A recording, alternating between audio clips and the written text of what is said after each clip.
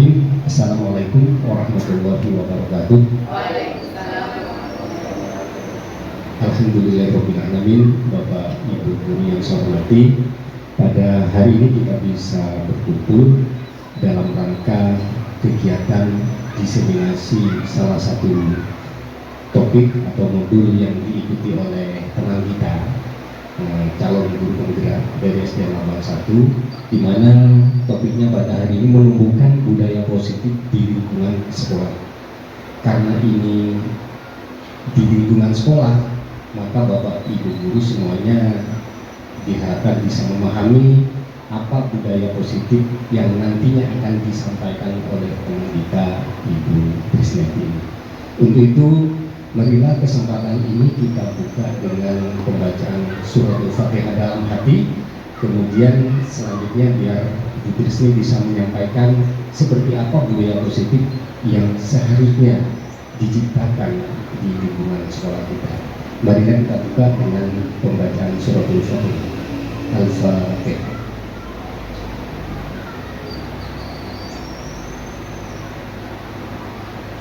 Bapak Ibu yang saya hormati, marilah kita ikuti bersama paparan yang akan disampaikan oleh teman kita Ibu Trisniati. Kepada Ibu Trisniati, disilakan.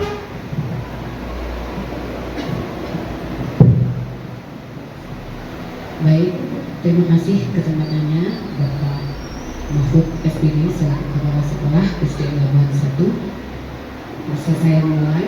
Assalamualaikum warahmatullahi wabarakatuh. Waalaikumsalam warahmatullahi wabarakatuh. Yang terhormat Kepala SDN Labuan 1, yang saya hormati teman-teman guru dan staf di SDN Labuan 1 yang selalu saya cinta dan saya banggakan. Puji syukur kehadirat Allah Subhanahu wa Ta'ala atas berkah, rahmat serta inayahnya, kita pada pagi hari ini masih diberikan kesempatan untuk bermuajahah di ruangan yang sederhana ini, yang insya Allah penuh barokah dan dalam keadaan yang insya Allah pula luar biasa sehat. Amin. Kedua kalinya sholawat serta salam tidaklah lupa selalu kita haturkan kepada kehadirat Nabi besar Muhammad Sallallahu Alaihi Wasallam yang telah membawa kita dari zaman kegelapan menuju zaman yang terang benderang, dan yang insya Allah selalu kita rindukan syafaatnya kelak di hari akhir. Bapak Ibu guru dan Bapak Kepala Sekolah yang saya hormati, terima kasih sebesar-besarnya atas apresiasi dan tempat serta waktu yang disediakan untuk saya dalam rangka diseminasi gerakan pendidikan guru penggerak untuk CGP Angkatan 9 Kabupaten Sampang. Dalam hal ini saya akan mendiseminasikan modul 1 yang telah kami pelajari selama kurang lebih 2 bulan. Salah satunya yaitu menumbuhkan budaya positif di lingkungan sekolah. Bapak Ibu dan saya panggil teman-teman saja ya biar biar tidak terlalu tegang. Ketika saya nanti bilang selamat pagi, tepuk 1 kali. Ketika selamat pagi, kalau saya bilang selamat siang, tepuk 2 kali. Selamat siang. Kalau saya bilang selamat sore, tepuknya 3 kali. Selamat sore. Alhamdulillah. Kalau saya bilang selamat malam, Bapak Ibu cukup tepuk setengah kali. Bagaimana tepuk setengah kali? Iya, betul sekali. Jadi tidak sampai bunyi Pak Yusuf ya. Saya ulangi lagi ya, konsentrasi. Jangan lupa. Selamat pagi. Selamat pagi. Pagi. Aduh, salah. Pagi. Pagi. Pinter. Kalau saya bilang selamat pagi berarti tepuk 1 kali. Kalau tidak ada selamatnya berarti nggak usah tepuk ya. Oh gitu Bobi. Jadi itu melatih nalar dan konsentrasi. Selamat sore. Selamat sore. Sore. Sore. Oke, jadi sekian saja ice breakingnya. Saya lanjutkan, jangan terlalu tegang, santai saja. Kita tumbuhkan budaya positif di sekolah kita. Kita mulai dari ruang lingkup paling kecil di sekolah kita, yaitu di ruang guru. Jangan kaget melihat foto saya ya. Salam dan bahagia, semoga Allah Tuhan Yang Maha Esa selalu melindungi kita dan memberikan keberkahan hidup. Kenapa kok di guru penggerak itu selalu salam dan bahagia? Salam dan bahagia, kan sering ya Bapak ya? Karena kita itu dituntut, salam itu selamat. Kita itu dituntut untuk membawa murid kita menuju keselamatan. Dengan cara apa? Dengan cara yang bahagia. Jadi selamat, salam dan bahagia. Jadi anak-anak itu budaya positifnya nanti sudah masuk, kita itu membawa mereka menuju keselamatan dengan cara yang bahagia.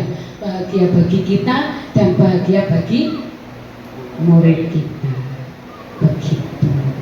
Lanjut. Nah, hari ini kurang lebih 1 atau 2 jam ke depan kita akan belajar bersama memahami konsep budaya positif.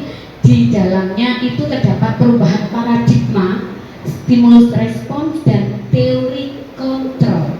3 teori motivasi perilaku manusia, motivasi internal dan eksternal, keyakinan kelas, hukuman dan penghargaan, 5 kebutuhan dasar manusia, 5 posisi kontrol guru, dan yang terakhir nanti segitiga restitusi.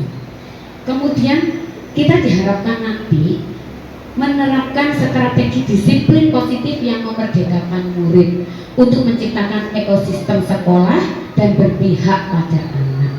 Banyak sekali ya, sepertinya tujuannya yang mau dipelajari di nomor 1 itu semua ada di modul 1.4 kemarin Bapak Ibu tentang budaya positif. Jadi kami sudah belajar teori-teorinya Pak, kemudian kami disuruh praktek. Ada nanti video praktek segitiga restitusi yang sudah saya lakukan bersama murid saya. Nanti mohon masukan dan umpan baliknya dari teman-teman. Kemudian nanti diharapkan yang paling penting adalah apa? Setelah teman-teman ini tahu apa itu budaya positif dan sebagainya, teman-teman juga menerapkan strategi disiplin positif ini nanti di kelas masing-masing atau di lingkungan sekolah kita. Minimal ada 1 yang diterapkan atau nyantol, dan saya yakin di sekolah kita itu sudah banyak teman-teman yang menerapkan sebenarnya. Hanya saja, oh ternyata ini budaya positif itu. Penasaran? Penasaran. Oke, lanjut. Nah, menurut teman-teman, ini ya saya sediakan mic sama sticky note. Nanti hukuman itu dapat mendisiplinkan anak. Menurut teman-teman setuju atau tidak setuju? Hukuman dapat mendisiplinkan anak. Monggo yang mau berkomentar langsung. Ada yang mau? Oh ya, silakan Ibu. Hukuman dapat mendisiplinkan anak. Menurut Ibu bagaimana? Terima kasih kesempatannya Ibu Trisni. Di sini kalau hukuman dapat mendisiplinkan anak, saya tidak setuju. Karena kenapa? Kalau anak, salah satu contohnya seperti ini. Anak itu ketika melakukan kesalahan, kalau kita hukum langsung, contoh kalau di dalam kelas anak itu tidak mengerjakan PR. Salah satu kawannya Yusuf namanya. Hei Yusuf, kenapa kamu nggak mengerjakan PR? Ke depan berdiri. Itu kan hukuman kalau seperti itu. Iya. Silakan berdiri. Dan anak itu akan merasa semakin minder. Ada rasa dendam di sana. Dan itu tidak baik untuk anak itu sendiri, kepribadiannya anak itu sendiri. Maka hukuman itu tidak bisa mendisiplinkan anak. Nanti kalaupun anak tidak ada kita, dia akan melakukan lagi. Tetapi nanti akan ada solusinya. Kemudian yang bukan lagi hukuman, nanti kan akan dijelaskan oleh sama ibu sendiri nanti bahwa hukuman itu tidak akan dapat mendisiplinkan anak. Terima kasih. Oke, keren sekali jawabannya, luar biasa Bu Musrifah ya. Teman-teman yang lain mungkin tidak apa-apa loh kita berbeda pendapat, karena kita ini kan kalau profil pelajar Pancasila itu berkebinekaan global ya. Berbeda pendapat itu nggak apa-apa. Monggo, mungkin Mbak Yusuf berbeda dengan Bu Mus pendapatnya. Silakan. Terima kasih atas waktunya Ibu di sini. Kalau menurut saya hukuman dapat mendisiplinkan anak itu bisa jadi, tapi dilihat dari hukumannya dulu.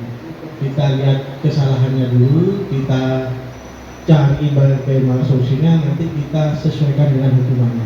Oh, gitu. Ya, Iya. agar mungkin tujuannya agar anak tidak mengulangi lagi. Mungkin itu menurut saya. Iya, kan niatnya kalau Pak Yusuf, menurut Pak Yusuf. Ya, terima kasih jawabannya Pak Yusuf, baik. Jadi sudah tidak ada yang mau berpendapat lagi ya? Menurut teman-teman, kalau Bu Susi gimana menurut Bu Susi? Sama dengan Pak Yusuf ya. Jadi tergantung niat. Innamal a'malu binniyat. Hadis kedua. Ya, hukuman dapat mendisiplinkan anak. Tidak akan saya jawab sekarang di sini. Kita lanjut ke yang kedua.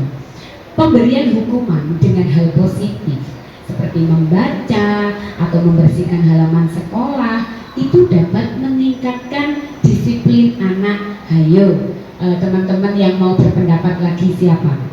Monggo, silakan. Silakan, mungkin Pak Pur atau Pak Faisin, silakan. Tidak apa-apa, kita bebas. Ya, terima kasih atas waktunya yang sudah diberikan kepada saya. Alhamdulillah, saya bisa mengikuti acara ini dari acaranya Bu Trisni. Kalau menurut saya hukuman itu memang harus diberikan kepada anak yang bersalah, tetapi melihat tingkat kesalahan itu. Sedangkan hukuman yang bisa memberikan efek jerah kepada anak memang hukuman yang tegas, tapi di situ juga ada hukuman yang positif seperti menghafal, membaca, membersihkan halaman, itu juga lebih bagus.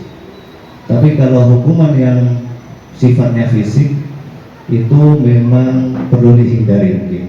Oke, terima kasih Pak Faisin ya. Oke, luar biasa sekali teman-teman kali disuruh berpendapat ya. Luar biasa, senang saya teman-teman bisa mengungkapkan perasaannya hari ini. Nomor 3, memberi penghargaan dapat meningkatkan motivasi belajar. Menurut jenengan gimana, ibu-ibu? Monggo silakan diwakili. Penghargaan dapat meningkatkan motivasi belajar. Setuju atau tidak? Gitu aja. Iya. Monggo Bu Mas Roro. Luar biasa. Ya, terima kasih Bu. Menurut saya penghargaan dapat meningkatkan motivasi belajar anak itu saya setuju. Namun penghargaannya itu tidak harus tentang barang, tapi juga tentang memberikan apresiasi, pujian, ataupun kalau di kelas saya itu memberikan penghargaan kayak bintang, ada daily award gitu. Nanti bintang itu ditaruh di fotonya. Keren, luar biasa sekali Bu Mas Roro ya. Jadi mindset kita semakin hari akan semakin berkembang ya teman-teman. Mari kita lihat. Jadi di sini ada disiplin positif dan nilai-nilai kebijakan universal. Sekarang saya ingin teman-teman ini berpasangan ya, berarti Bu, terserah mau berpasangan dengan siapa, Bu Umi dan Pak Yusuf, Pak Pur dan Pak Faisin, Pak Denny dan Bu Mos ya, berarti dua ya. Pak Bapak Kepala Sekolah boleh mau sama Bu Meli atau sama Pak Rizal. Nah, jadi ini teman-teman, ini minta tolong dibagikan ya, satu saja, sama ambil pulpen. Di situ silahkan ditulis benda atau sesuatu yang paling berharga dalam hidupnya panjenengan semua. Kemudian ditulis ya, kemudian sama genggam erat. Iya, jangan membocorkan. Ya, jadi di secari kertas itu ditulis. Pak Rasidi, silakan. Sudah. Ditulis saja. Misal hal yang paling berharga, yang paling penting di hidup jenengan itu apa? Tulis. apa? Benda atau sesuatu yang sangat berharga gitu, apa istri, apa anak, atau keluarga, ataukah apa gitu, atau mobil misalnya, uang, yang penting yang berharga menurut jenengan, karena kan sesuatu yang berharga setiap individu itu berbeda Bapak Ibu. Kita nggak bisa memaksa yang berharga bagi saya belum tentu berharga bagi jenengan. Lebih dari satu tidak apa-apa. Oh terserah, nggak apa-apa, silakan ditulis. Berarti punya barang yang berharga banyak gitu ya. Yang di Pegadaian nggak usah ditulis ya. Ya sudah ditulis Pak Yusuf? Sudah. Loh, ini yang menggenggam siapa? Digenggam, semuanya menggenggam ya. Jadi tulisan tadi itu digenggam semuanya. Digenggam, ditaruh di sebelah kanan ya. Digenggam. Kemudian dipegang yang erat, pertahankan. Bagaimana teman yang satunya, teman yang sebelahnya nanti dengan berbagai cara, mau dirayu, mau diancam, mau dipaksa, mau dihardik atau mau diapakan, ambil. Pokoknya gimana caranya bisa membuka genggaman tangannya teman yang satunya itu. Saya kasih waktu 1 menit untuk berhasil mengambil temannya. Ayo, 1. Ayo, digenggam. Lah Pak Pur ini sama Pak Faizin. Pak Pur sama Pak Faizin. Iya. Oke. Sip. Sudah. Bagaimana? Sudah. Ada yang berhasil merebut nggak? Nggak ada. Lu semua mempertahankan diri ya. Wih, keren. Oh gitu ya. Siapa yang berharga itu Pak Imron paling. Oke. Jadi begitu Bapak Ibu. Jadi tidak ada yang berhasil. Tidak ada yang berhasil mengambil punya temannya ya. Aduh keren sekali. Ini loh enaknya kalau diskusi sama orang-orang yang sudah dewasa Pak. Jadi begini. Siapa sih yang sesungguhnya yang memiliki kontrol diri gitu? Gini, kita mencoba mengubah orang agar berpandangan sama dengan kita. Itu caranya, stimulusnya. Tapi secara teori kita berusaha memahami pandangan orang lain tentang dunia. Jadi kita nggak perlu memaksakan harus seperti ini. Ternyata yang benar itu coba kita ada di posisinya mereka. Mereka melihatnya seperti apa? Seperti itu teorinya, seperti itu. Kemudian yang kedua, perilaku buruk dilihat sebagai suatu kesalahan. Kalau responnya kan seperti itu, stimulusnya.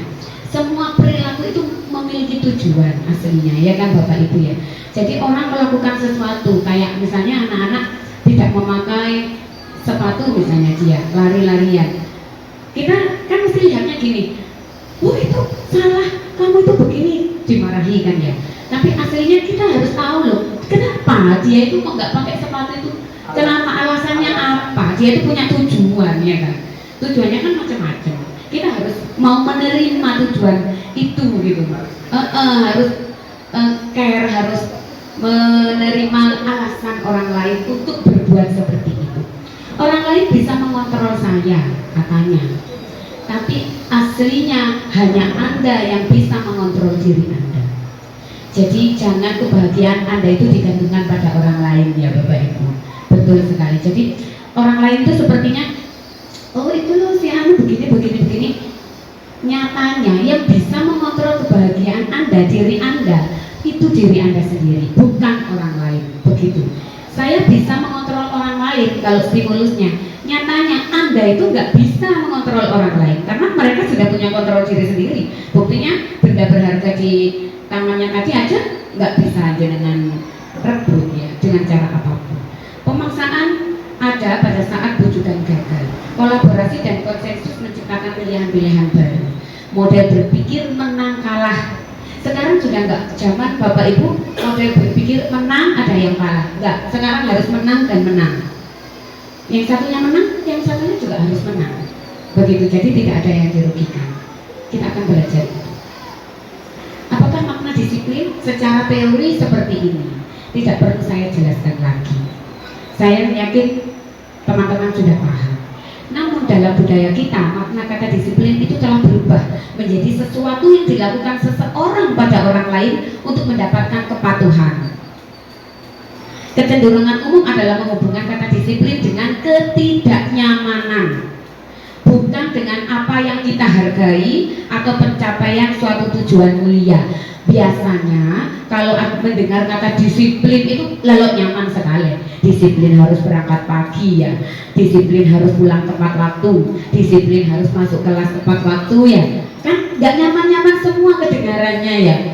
Tapi itu hanya budaya sebenarnya. Sebenarnya disiplin itu bukan yang seperti itu. Jadi ada nilai-nilai kebajikan universal menurut Dr. William Glasser pada teori kontrol pada tahun 1984 sudah dicetuskan tentang nilai-nilai kebijakan universal itu.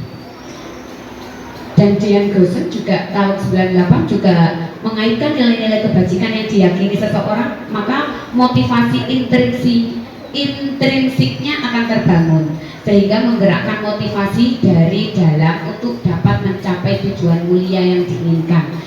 Intinya nilai kebajikan universal ini motivasi diri itu yang utama.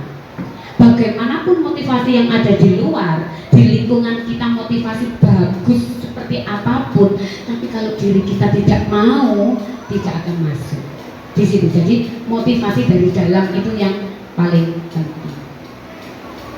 Nah, ini adalah contoh-contoh nilai kebajikan universal yang sudah saya lakukan.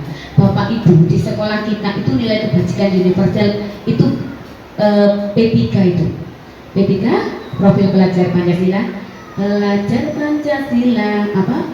Beriman dan bertakwa pada Tuhan Yang Esa dan berakhlak mulia, berkebinekaan tebal, gotong royong mandiri, kreatif dan bernalar kritis. Keren sekali. Jadi sebenarnya kebajikan-kebajikan universal, budaya-budaya positif di sekolah kita itu sudah nampak.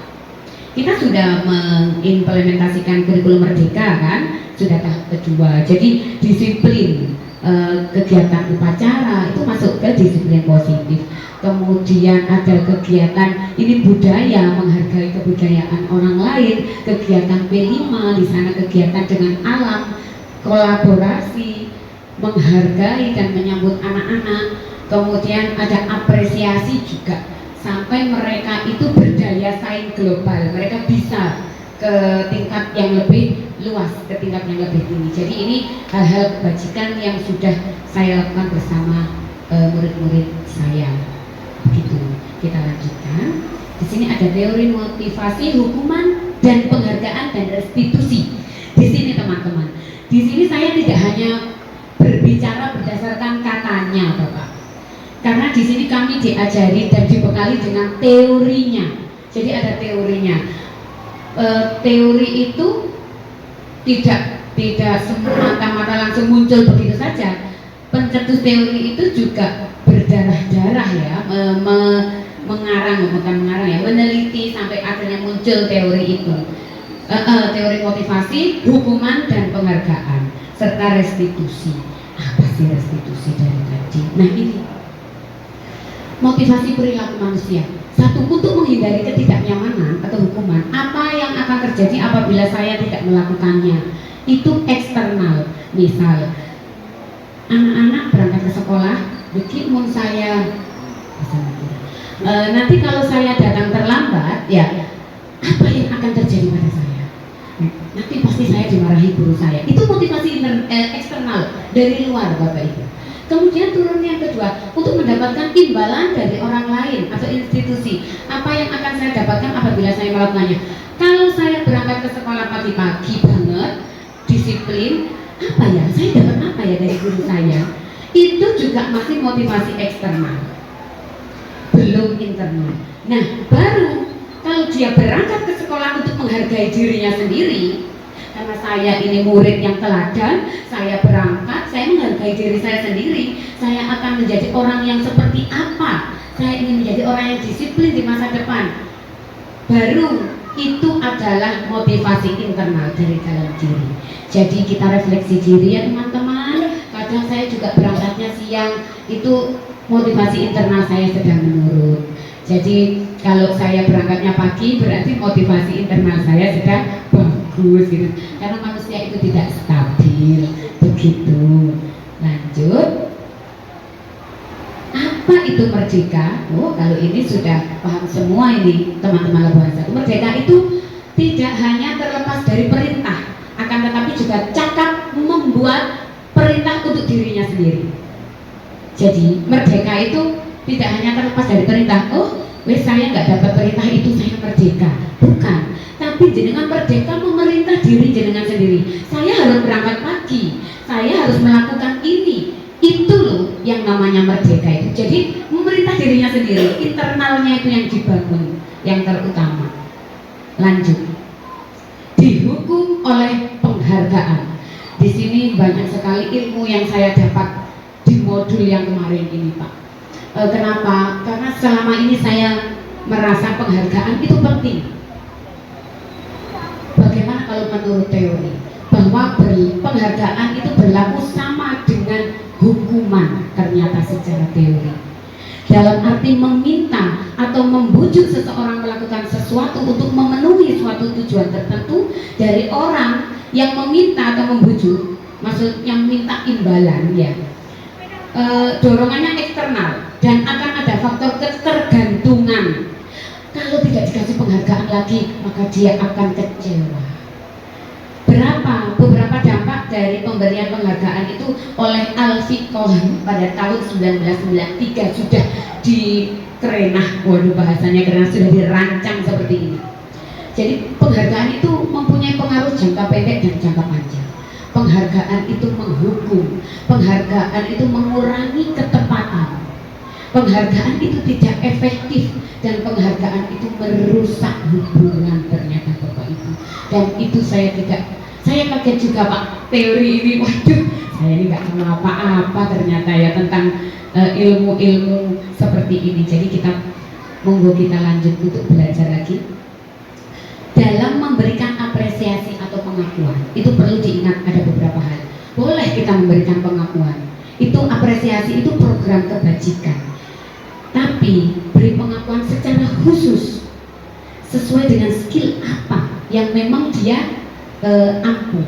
Kemudian pengakuannya secara pribadi dipanggil karena iya Jong, kamu itu memang punya kelebihan di sini sebenarnya gitu.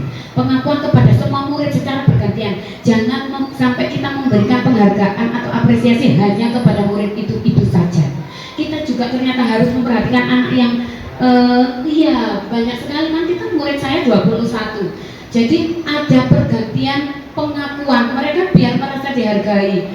Saya loh Bu gitu. Jadi anak-anak itu merasa ada di situ. Kita biasanya kan hanya anak-anak yang pintar-pintar saja atau anak yang paling spesial, misalnya anak-anak yang aktif begitu, aktif mengganggu temannya biasanya kita ya.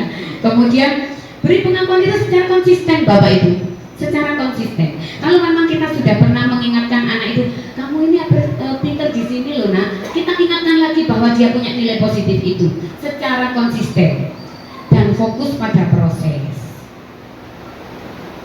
Nah, misalnya begini, ada murid saya nakal kemarin.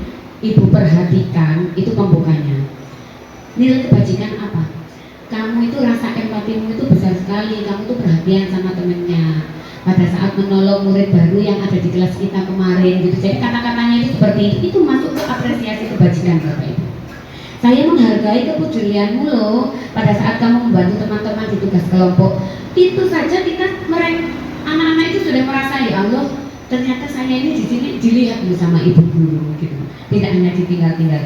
Terima kasih loh ya untuk tanggung jawabmu kemarin sudah memungut sampah yang di halaman. Itu perlu kita apresiasi seperti itu. Itu contoh-contohnya. Nah, sekarang saya ingin lagi teman-teman menjawab secara singkat saja. Menurut teman-teman, kegiatan tindakan guru di sebelah ini hukuman atau konsekuensi? Beda antara hukuman dan konsekuensi ya. Kalau hukuman itu lebih ke ketidaknyamanan kan ya. Kalau konsekuensi itu lebih tahu ini memang konsekuensi yang harus saya terima ketika saya melakukan ini. Silakan. Yang pertama, mencatat 100 kali di dalam buku kalimat saya tidak akan terlambat lagi karena terlambat datang ke sekolah. Sering ya kita melakukan itu. Saya sering seperti itu. Itu masuk ke hukuman atau konsekuensi menurut teman-teman? Hukuman. Pak Faisi itu hukuman. Pak Rosidi? Konsekuensi. Bu Mos? Hukuman. Bu Susi? Hukuman. Pak Yusuf? Hukuman. Kalau lari mengelilingi lapangan 2 kali karena terlambat hadir di sekolah, menurut Pak Rizal apa? Hukuman. Butin? Hukuman juga. Pak Denny? Hukuman. Hukuman. Keren. Kalau murid diminta untuk push up karena nggak pakai masker, hukuman. Menggantikan kertas tugas teman yang telah dicoret-coret, konsekuensi. Keren. Membersihkan tumpahan air di meja karena tersenggol, murid disuruh untuk mengenakan sepatu seharian di sekolah karena tidak mengenakan sepatu hitam. Murid disuruh hukuman. Lari mengelilingi lapangan 2 kali karena terlambat 10 menit pelajaran PJOK, hukuman. Mari kita jawab. Survei membuktikan. Cek. Iya. Bagaimana tadi? Iya, benar semua ya teman-teman. Keren. Tepuk tangan dong untuk kita semua. Terima kasih. Keren. Yang bawah itu konsekuensi teman-teman, berbeda dengan yang lari tadi yang kedua. Kalau lari mengelilingi lapangan basket karena terlambat hadir di sekolah, itu hukuman. Kenapa kok yang terlambat 10 menit di pelajaran PJOK itu konsekuensi? Ada yang bisa jawab? Betul sekali, karena memang di situ pelajarannya PJOK, jadi nyambung, masih masuk gitu. Kalau yang atas itu bisa kan kita memberikan konsekuensi yang lain gitu ya. Keren. Labuan 1 memang yes ya. Ini tidak perlu saya jelaskan karena teman-teman sudah paham. Nah, ini beberapa kegiatan kebajikan universal yang sudah saya amati dan saya lakukan di SDN Labuan 1 ya. Nah, ini yang pertama itu saya berusaha memahami anak-anak. Jadi Pak Im itu memang anak spesial di kelas saya. Jadi dia itu sering bercerita, saya itu begini. Itu saya tampung. Dan di situ waktu saya memberikan apresiasi kepada dia. Akhirnya walaupun tidak signifikan, ada sedikit perubahan yang dialami oleh Pak Im karena dia merasa diterima di kelas saya. Kemudian yang kedua itu adalah menyambut anak-anak dengan bahagia, dengan gembira. Jadi anak-anak tidak lagi kaku ketika melihat ibu gurunya di depan kelas ya. Jadi anak-anak setelah salim itu saya selalu tos gitu sama anak-anak. Jadi mereka merasa senang masuk ke dalam kelas, itu senang. Ini karena sinyalnya sedang muter-muter, jadi tidak apa-apa ya. Kemudian yang terakhir di sini kegiatan di halaman sekolah. Seperti biasanya mereka diapresiasi di situ. Diapresiasi di sini dalam bentuk yang positif ya. Kita lanjut saja. Nah, kita sudah sampai ke restitusi Bapak Ibu. Ada yang pernah mendengar restitusi ya? Belum ya? Maksudnya restitusi. Kalau konsekuensi kan kita sudah sering dengar ya. Kalau hukuman juga sering dengar. Restitusi itu apa gitu? Saya juga ternyata baru paham restitusi itu apa sebenarnya. Itu ya di sini setelah belajar bersama teman-teman CGB itu ya. Restitusi itu proses menciptakan kondisi bagi murid untuk memperbaiki kesalahan mereka. Jadi proses menciptakan kondisi bagi murid untuk memperbaiki kesalahan mereka. Anak-anak yang bersalah itu mereka mengambil alternatif apa yang harus saya lakukan, tidak dari kita Pak. Jadi mereka memberikan solusi untuk kesalahannya dia sendiri. Jadi kalau saya melakukan kesalahan ini, saya sebaiknya begini ya Bu, gitu. Kita tinggal yang meluruskan saja. Itu restitusi, sehingga mereka bisa kembali pada kelompok mereka dengan karakter yang lebih kuat. Restitusi juga merupakan proses kolaboratif yang mengajarkan murid untuk mencari solusi untuk masalah mereka, membantu berpikir tentang orang seperti apa yang mereka ingin menjadi tujuan mulianya. Jadi saya ini ingin menjadi orang seperti apa di masa depan. Anak-anak itu harus tahu dari sekarang, dari tingkat dasar, biar mereka tidak mamau ya, biar mereka tidak nanti lulus SMA apa jadi apa itu nggak tahu. Jadi dari kecil itu mereka sudah tahu tujuan hidupnya apa, begitu. Dan bagaimana mereka harus memperlakukan orang lain, itu yang penting. Itu bukan saya yang bilang, itu Gaussen pada tahun 2004. Lanjut. Iya, keyakinan kelas. Tepuk. Selamat pagi. Pagi.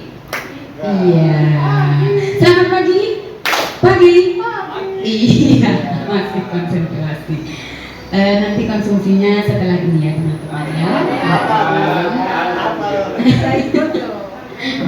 Mengapa kok keyakinan kelas? Jadi kalau ada yang pernah masuk ke kelas saya, itu ada kesepakatan kelas atau keyakinan kelas ya. Teman-teman yang sudah melaksanakan aksi nyata di BMM pasti sudah paham itu apa keyakinan kelas dan kesepakatan kelas.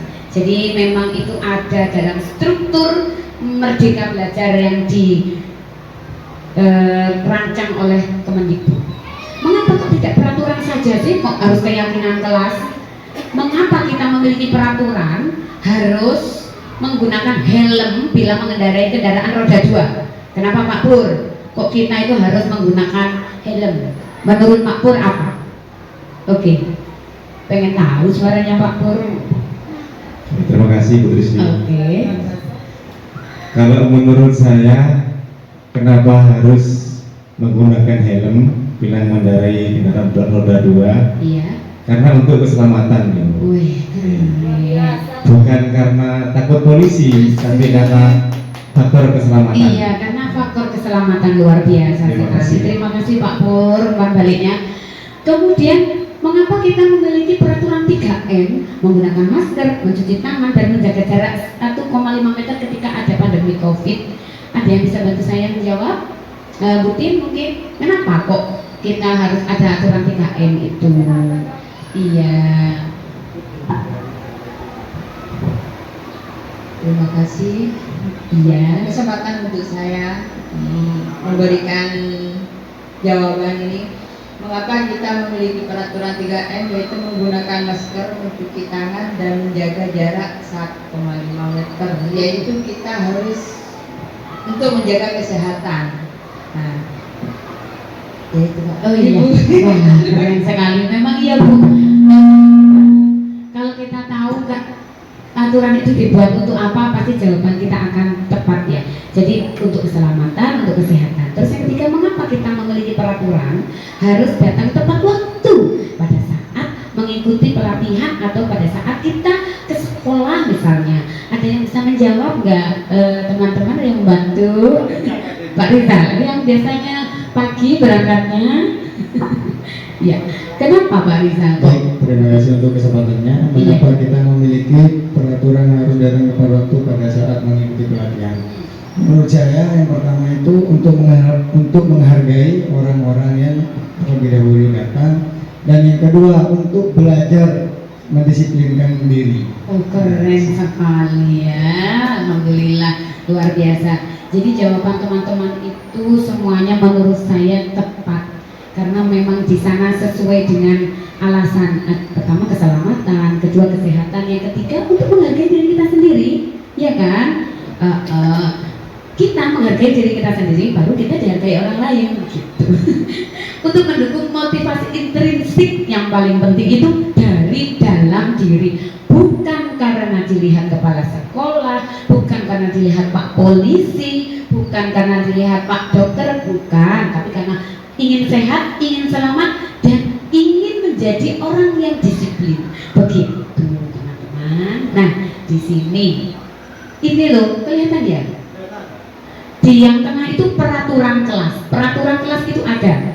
Tapi di atasnya itu kita buat keyakinan kelas. Jadi peraturan-peraturan yang ada di kelas, misalnya tidak boleh memakai sepatu kotor ke dalam kelas, tidak boleh makan di dalam kelas, tidak boleh berbicara kotor juga di dalam kelas, misalnya harus angkat tangan dan sebagainya. Itu peraturan-peraturan yang kemudian kita jadikan keyakinan kelas. Jadi kalau di kelas saya itu membuat keyakinan kelas itu anak-anak yang menentukan. Kamu mau kelas 4A seperti apa? Saya tulis semuanya. Saya nulis duluan di tengah. Kemudian anak-anak semuanya bergantian maju ke depan menulis.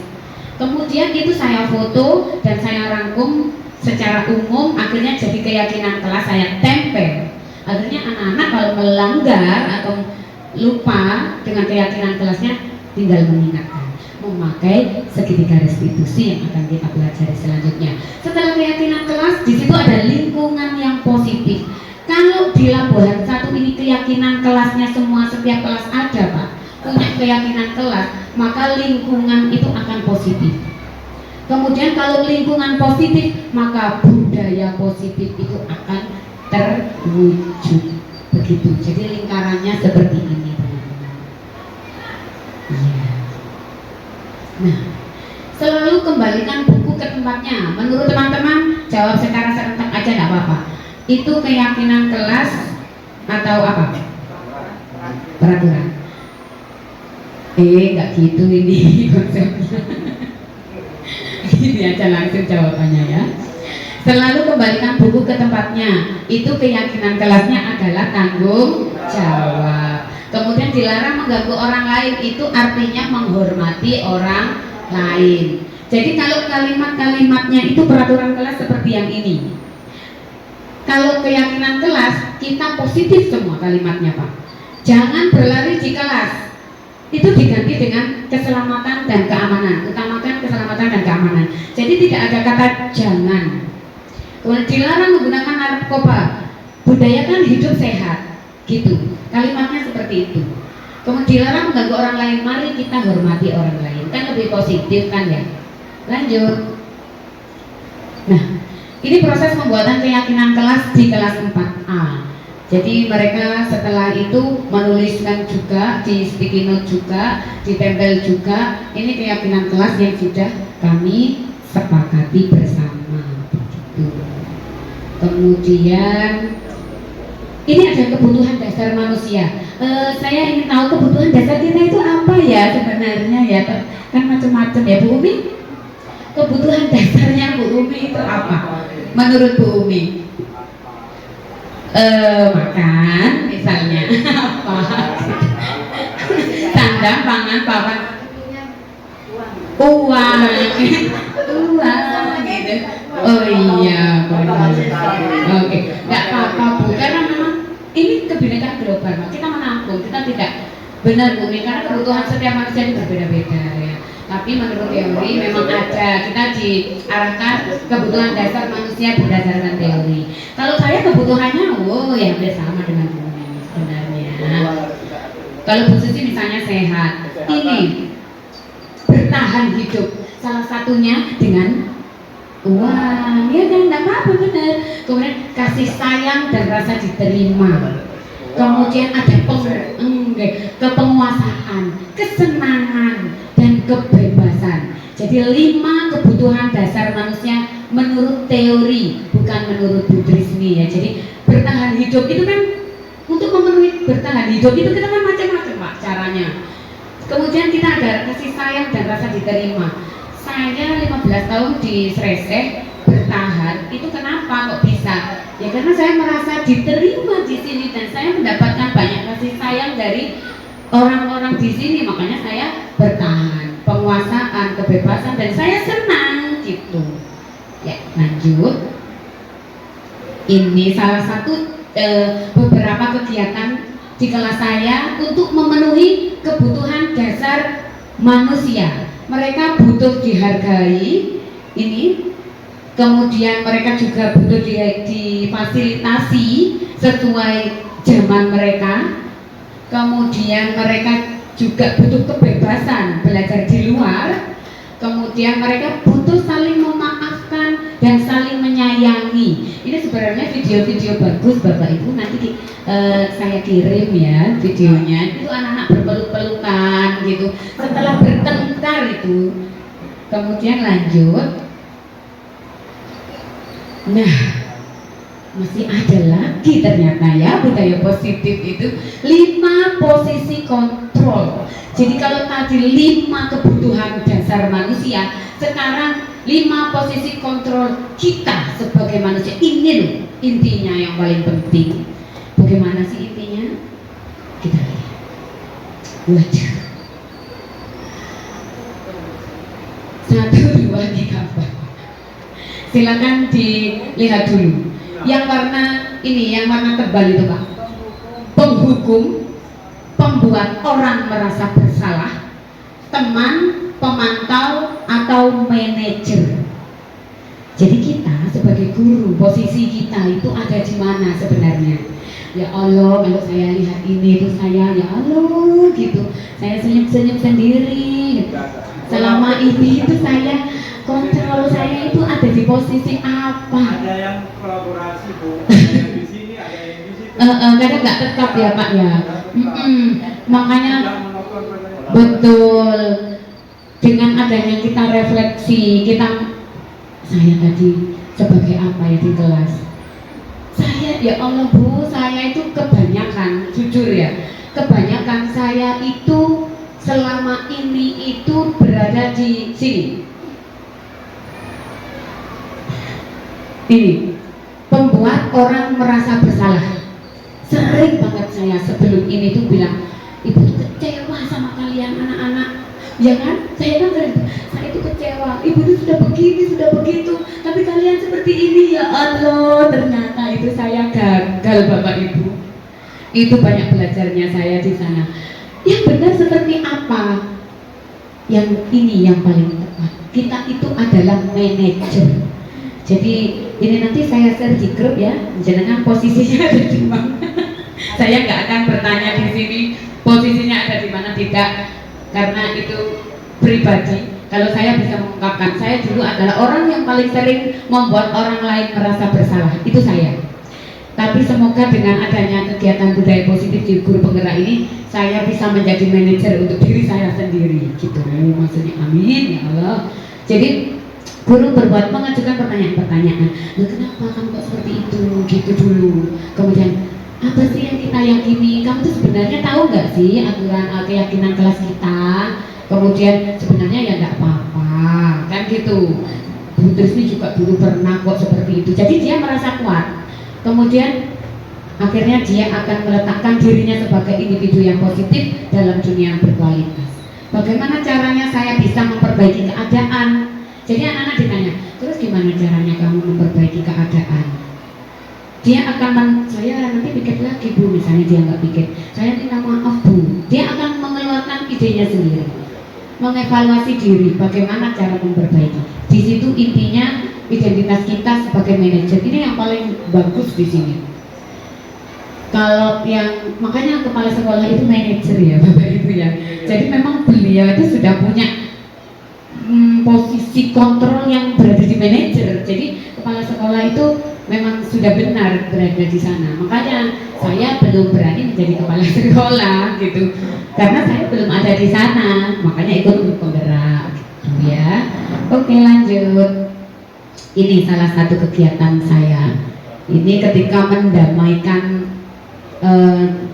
anak-anak yang setelah bertengkar. Kemudian ini juga masih berkutat dengan anak spesial ini, itu juga. Jadi untuk mengakomodasi mereka, di mana posisi saya? Lebih sering-sering saya memposisikan diri saya di manajer, menanyakan mengapa dan bagaimana.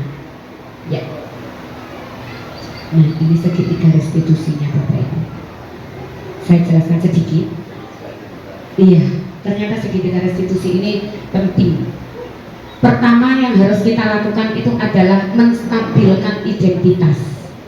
Jadi kita tidak semena-mena kalau ada anak yang bertengkar Pak misalnya, kita langsung, ayo kamu ini langsung dihukum dan sebagainya, tidak. Tapi kita stabilkan, kenapa kamu kok melakukan itu? Kita tanyakan, kita stabilkan. Kemudian kita tanyakan keyakinan kelasnya, kemudian baru kita validasi kebutuhan kelas apa yang perlu kita perbaiki. Seperti ini misalnya, stabilkan identitas itu seperti ini. Guru berkata, berbuat salah itu hal yang manusiawi, tidak ada manusia yang sempurna. Bapak Ibu juga buat salah, kita pasti bisa menyelesaikannya dan sebagainya, positif semua pokoknya ya Bapak Ibu ya. Tidak ada lantaran kamu ini anak nakal, dasar tidak ada. Kalau sekarang memang benar validasi kebutuhan. Yang kedua, validasi kebutuhan teman-teman. Kamu bisa saja kan melakukan hal yang lebih buruk, tapi kamu tidak melakukannya kan, kamu masih ada positifnya. Nah sebenarnya kamu masih punya alasan mengapa. Itu divalidasi kebutuhannya, keyakinannya. Terus menurutmu kamu itu benar nggak melakukan itu, merugikan orang lain nggak? Gitu, itu kita tanyakan keyakinannya. Saya yakin anak-anak itu sudah punya keyakinan masing-masing Bapak Ibu. Alhamdulillah sudah selesai. Jadi sebentar lagi ini saya ada video praktik segitiga restitusi. Kok nggak nyambung ya? Sebentar, saya sembangkan dulu. Ini ada praktik segitiga restitusi yang saya ingin teman-teman nanti membuat umpan balik ya, umpan balik kepada video ini.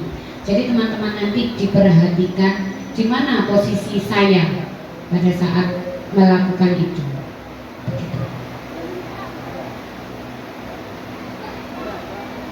Sabar ya teman-teman ya. Airnya monggo silakan di. Kurang berapa Bu? Oke, nggak apa-apa. Ini 10 menit. Saya ulang ya. Assalamualaikum warahmatullahi wabarakatuh. Jadi ini praktik segitiga restitusi yang saya lakukan. Labuan 1 Kecamatan Kretek Kabupaten Sampang. Saya menyampaikan video segitiga restitusi yang sudah saya lakukan. Dalam kesempatan kali ini ada 2 kasus. Yang pertama yaitu ketika ada pelanggaran jadwal tiket. Yang kedua yaitu ada bullying yang terjadi. Silakan menyimak berikut video segitiga restitusi yang telah kami lakukan. Terima kasih. Salam sehat. Ini ada kasus satu. Ada siswa tidak melaksanakan tiket.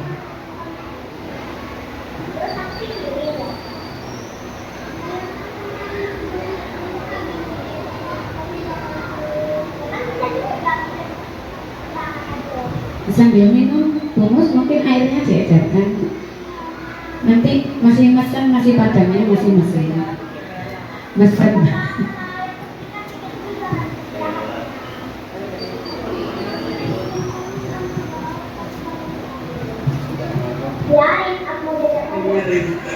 Bukan mimpi Kak Pika sudah ditegur tapi dia tetap gak mau. Gimana sekarang Upi? Memang sekarang bedanya Upi? Iya. Iya. Kok malah bermain katanya tiket? Kok malah bermain gimana? Karena bisa bikin aku begitu. Oh, dan jadi kalau nggak pikir tadi nggak apa-apa menurut Upi gitu. Iya. Ayo.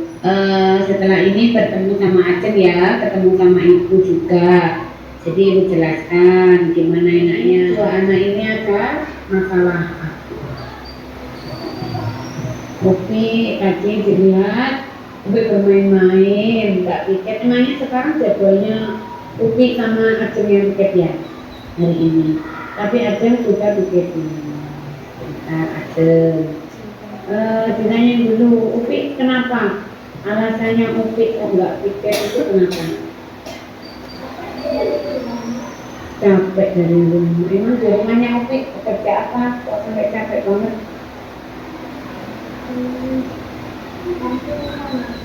Oh bantuin mama. Akhirnya capek, akhirnya males ya di sekolah ya. Sebenarnya nggak apa-apa sih. Memang kita kan manusia biasa ya. Kita itu pasti merasakan capek, ya kan? Pasti kadang kita merasa malu. Tapi sekali lagi ketika itu merugikan orang lain nggak kira-kira? Merugikan orang lain. Kita kan sudah punya keyakinan kelas ya, kesepakatan kelas sudah ditempel sama itu. Kita sudah membuat kesepakatan kelas bersama, kita harus apa kemarin menyepakati jadwal piket ya Jen ya. Jadwal piket itu dilakukan agar kita semuanya itu apa? Kita belajar disiplin, kelas kita menjadi bersih. Kan kasihan aku yang sudah piket sendirian ya capek-capek, harusnya ada temannya tapi dia capek, nggak apa-apa, wajar juga aja marah. Terus sekarang gimana? Menurut Upi aja, menurut Upi gimana cara memperbaiki kesalahannya Upi ini? Upi maunya memperbaiki kesalahan ini gimana? Mau gimana?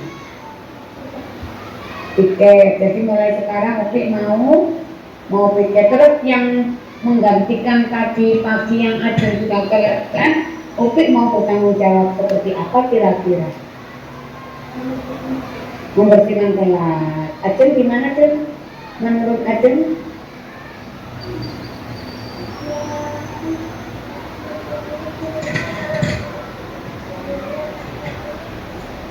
Iya, kalau Ajeng bersih-bersih sendiri itu ya capek. Jadi kalian nanti membersihkan barang-barang lagi ya, mau ya.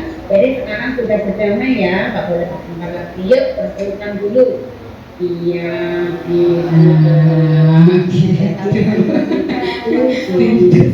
boleh dibuat untuk disepakati dan untuk dilaksanakan. Kan yang membuat aturan kalian sendiri, yang membuat kesepakatan kalian sendiri. Masa mengingkari sendiri? Jadi benar. Ya, mulai sekarang harus menaati jadwal piket kelas. Terima kasih. Boleh kembali melaksanakan tugasnya yang lain. Yuk. Warahmatullahi wabarakatuh. Nama saya Karaisa Naraya, biasa dipanggil Upi. Saya kelas 4A dari sekolah 3 Saya sangat senang karena sudah diingatkan untuk piket di awal. Dan saya merasa sangat bersalah karena tidak piket. Jadi saya untuk memperbaikinya, saya harus piket di awal dan membantu teman saya yang piket. Dan kita harus menyepakati kesepakatan kelas dengan baik. Jangan kita untuk merugikan orang lain. Dan itu saja yang bisa saya sampaikan. Wassalamualaikum warahmatullahi wabarakatuh.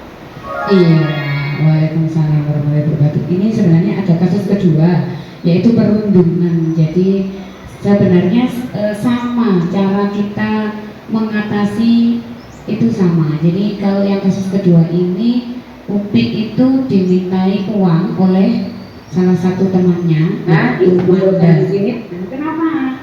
Nah, ini. Nih, Manda ini anak paling besar di kelas 4, dia minta uang ke Upi setiap hari. Ya, seperti itu. Nah, seperti itu. Jadi baru kita menghadapi situasi seperti itu tidak langsung ke Manda, kita hajar Manda, tidak. Tapi kita harus dudukkan mereka berdua seperti ini, kita tanyakan. Anda bisa menjelaskan kepada ibu nak kenapa anakku? Nah, jadi Manda itu punya alasan. Kenapa kok mengambil uangnya itu ada alasan, dan solusinya itu nanti kita serahkan kepada mereka. Intinya seperti itu. Sebenarnya ini kalau dipraktekkan memang agak susah, tapi kita tidak salah juga untuk mencoba. Teman, apalagi dengan cara paksaan. Apa yang harus dilakukan? Minta maaf dengan kata-kata dulu. Tuh, akhirnya budaya positif itu akan sedikit muncul, walaupun belum tumbuh menjadi pohon yang besar yang rindang, tapi kita mulai menanam itu sekarang, kecil dari diri kita dulu sendiri gitu. Jadi kita perilaku positif di kelas itu sangat amat penting sekali. Jadi teman-teman, sepertinya kalau untuk materi sudah habis, sudah selesai. Terakhir itu adalah segitiga restitusi. Nah, di sini adalah rangkuman dari semua yang sudah saya paparkan dari awal. Intinya dari atas secara teorinya, dan Bu Ida mau memberikan, silakan. Bu Ida mau memberikan refleksi. Di sini Bu Ida, sini silakan, biar tidak apa-apa.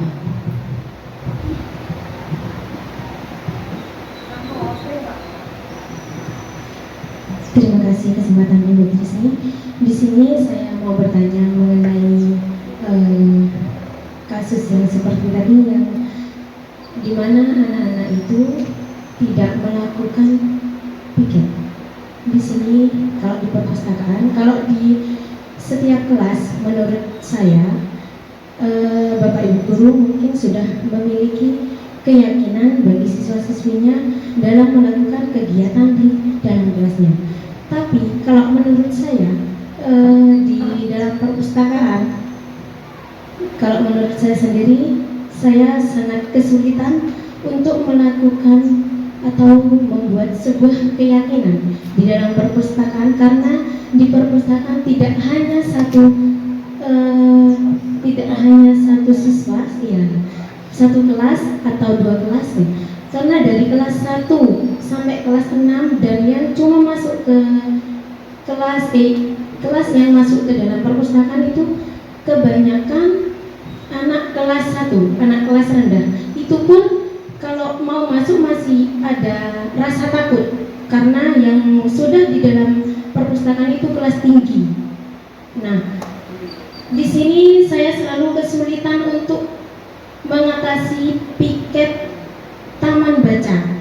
Setiap harinya, ya tadi saya sudah melakukan seperti yang dilakukan sama Bu Trisni dengan memanggil anak-anak yang piket pada hari ini. Sudah saya lakukan, cuma anak-anaknya sudah dikasih tahu, hanya bilang, ya Bu, minggu depan saya akan melakukan piket dengan baik.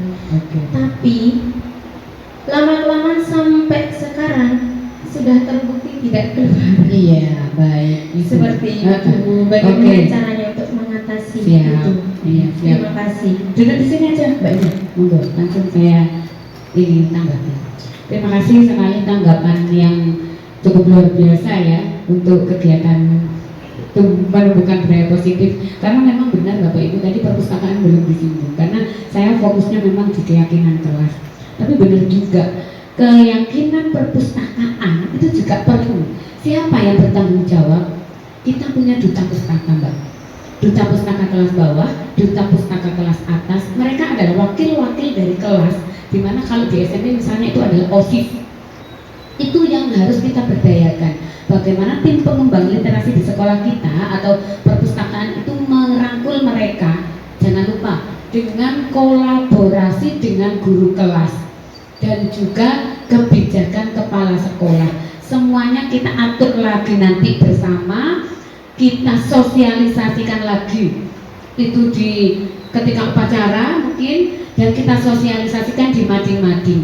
Dan memang saya dan Pak Faisin ada program baru Mbak, teks kaya modal. Kami akan membuat SDN Labuhan 1 ini kaya dengan teks, karena kita adalah sekolah yang literasi ya.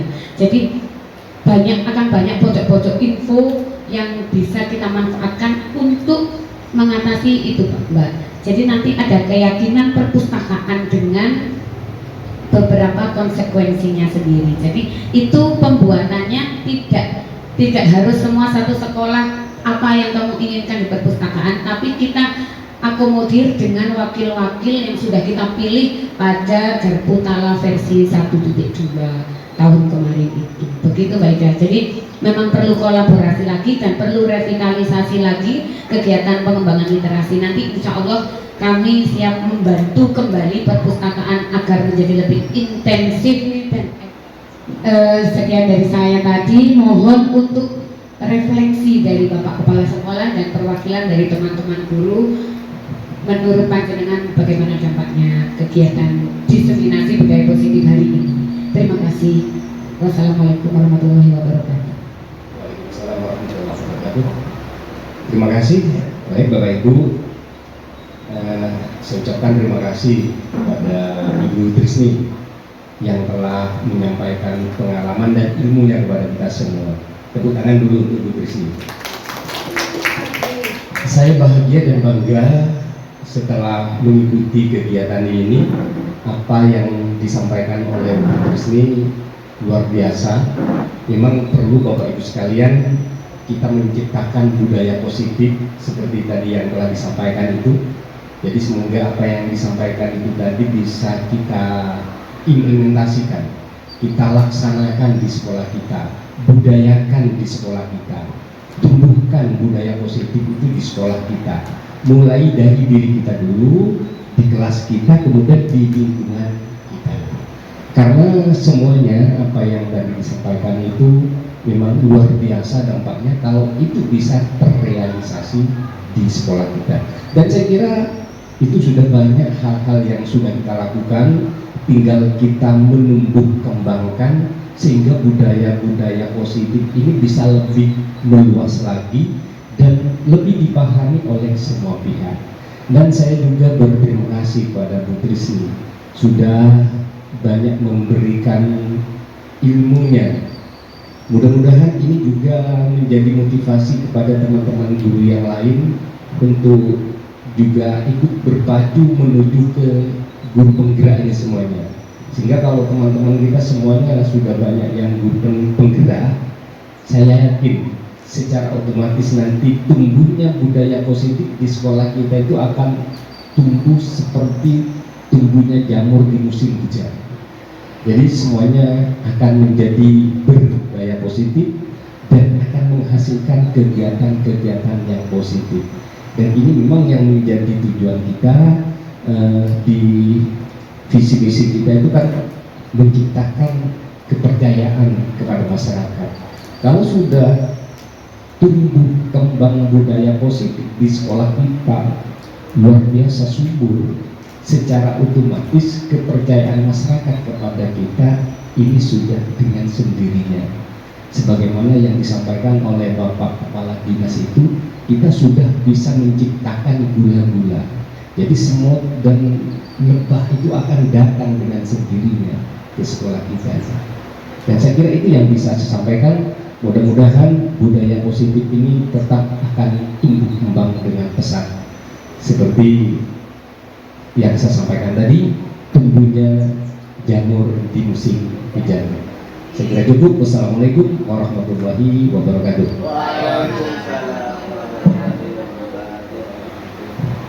Baik, terima kasih Bapak atas umpan baliknya. Kemudian kepada perwakilan dari teman-teman, mungkin kepada Bapak Yusuf, monggo silakan. Terima kasih Bu Trisni atas kegiatan pada pagi hari ini. Menurut saya begitu sangat luar biasa sekali Bu Trisni, bisa menjadikan suatu pelajaran yang baik dan positif bagi kita semua para pengajar, cara mengatasi anak didik kita, cara membimbing anak didik kita menjadi lebih baik lagi, dari hal yang menjadi positif lebih baik lagi Bu Trisni. Jadi pada pagi hari ini sangat luar biasa sekali kita bisa mengetahui cara bagaimana yang menjadikan anak didik kita menjadi lebih baik lagi Bu Trisni. Baik. Iya. Terima kasih Iya. Pak Yusuf atas umpan baliknya. Dan Bu Ida mau memberikan, monggo silakan. Kecil dari diri kita dulu sendiri. Gitu. Jadi kita perilaku positif di kelas itu sangat amat penting sekali. Jadi teman-teman, sepertinya kalau untuk materi sudah habis, sudah selesai. Terakhir itu adalah segitiga restitusi. Nah, di sini adalah rangkuman dari semua yang sudah saya paparkan dari awal. Intinya dari atas secara teori itu ada disiplin positif yang akan membawa ke budaya positif. Ada teori-teori kontrol, kemudian di sana ada makna disiplin, ada teori motivasi, ada 5 posisi kontrol kita, dan ada segitiga restitusi, dan yang di sini 5 kebutuhan dasar manusia. Di sini memang ada hubungannya yang akhirnya nanti menuju ke keyakinan kelas. Jadi saya berharap di kelas-kelas teman-teman nanti juga akan terbentuk keyakinan kelas. Saya yakin di kelasnya teman-teman sudah ada peraturannya, itu sudah ada. Tapi nanti kita print, kita bentuk lagi keyakinan kelas itu, kita tulis dan kita flowkan sama anak-anak, membuatnya bersama-sama. Jadi keyakinan kelas itu akan diwujudkan oleh warga sekolah secara bersama-sama untuk mendukung budaya positif di lingkungan sekolah SDN Labuhan 1. Begitu, sekian dari saya. Jadi mohon maaf atas segala banyaknya kekurangan dari diri saya, dan apresiasi sebesar-besarnya buat teman-teman, dan terima kasih juga kepada kepala sekolah yang sudah memberikan saya waktu dan tempat untuk berbagi budaya positif ini di sekolah ini. Semoga